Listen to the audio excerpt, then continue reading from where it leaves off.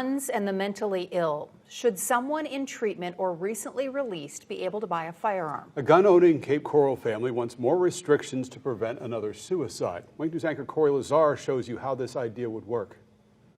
I have been worried about losing her since the minute I found out I was pregnant with her. Larissa Strong is trying to stay strong. Her 21-year-old daughter, Haley Barrick, bought a gun 48 hours after being released from a South Dakota mental health hospital and took her own life. I have no words to be able to describe that last conversation because she didn't tell me. I've heard the stories of what had happened that night, and it was very difficult. At 16, Haley was diagnosed with borderline personality disorder, and throughout her young life, her cries for help kept getting louder. She started cutting on her wrist, and I was like, somebody needs to listen to me now. And now, this Cape Coral family is fighting for a new federal database that would be checked before someone buys a gun. This new database would require mental health hospitals to input names and information of those who get treatment or who have been recently released. And everybody says, oh, we really need to do something about it, and nobody does anything. Haley's grandmother, Carla Masurley, is a gun owner, a strong believer in the Second Amendment.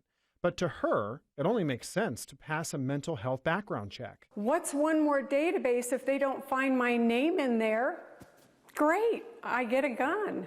In South Dakota, where Haley bought the gun, there is no holding period. You can't have a criminal record.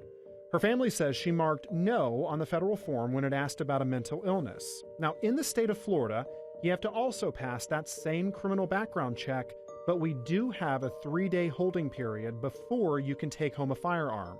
They might be able to, with like the law enforcement database, be able to put like a red flag or a notification. And we brought this mental illness database idea to FGCU criminal justice professor Dr. David Thomas. The big hurdle, he says, is getting around HIPAA laws, which protect your medical information from being shared when it comes to a background check. Your medical records are prohibited from being in that system. So mental health will be part of your medical records, and so that's HIPAA protected. That stuff is not going to be in unless somebody decides through federal statute that they want to allow that to take place. We also reached out to our local representatives in Congress, Byron Donalds, Rick Scott, and Greg Stubbe. None of them would do an interview about this idea. Everybody talks about it. Every state, every politician, every federal politician that we have, they all talk about, oh, there's so much gun violence and it's people with mental health illness and blah blah blah. What would you do if this was your child?